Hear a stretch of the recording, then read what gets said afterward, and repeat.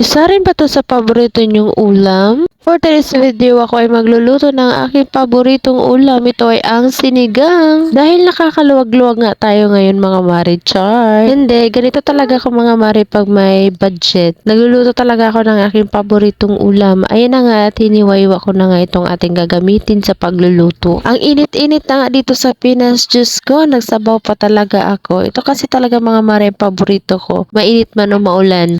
May plastic nga dyan sa ilalim ng akin chopping board mga mare dahil nga ito yung tinatawag nilang kitchen hack para mas madali natin ligpitin yung mga pinagbalatan ng gulay at hindi nga ito makalat. So kung may mga luma kayong mga dyaryo na hindi nyo na ginagamit, so pwede natin yun isasapin.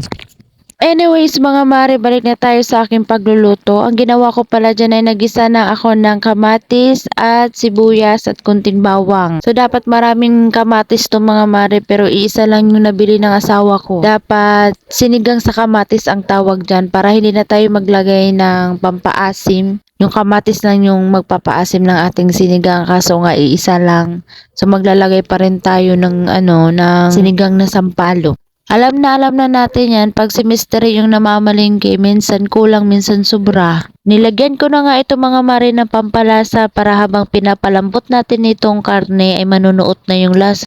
Medyo malambot na nga itong karne natin mga mare kaya ilalagay na nga natin itong bungkukan. Dito sa Bicol mga mare ang tawag dyan ay bungkukan at iwan ko lang sa inyo dyan kung anong tawag dyan sa inyo pero ito ang nagpapasarap sa ating sabaw. Nilagay ko na nga yung mga gulay mga mare at saka ko lang na-realize na wala palang kangkong. Di bali mga mare sa sunod na pagluluto na lang natin ay maglagay na nga tayo ng kangkong. Pagkalagay ko lahat ng mga gulay ay sinunod ko na nga itong sinigang sa sampalok.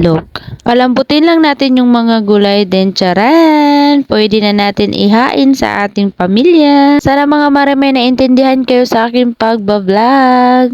Thanks for watching!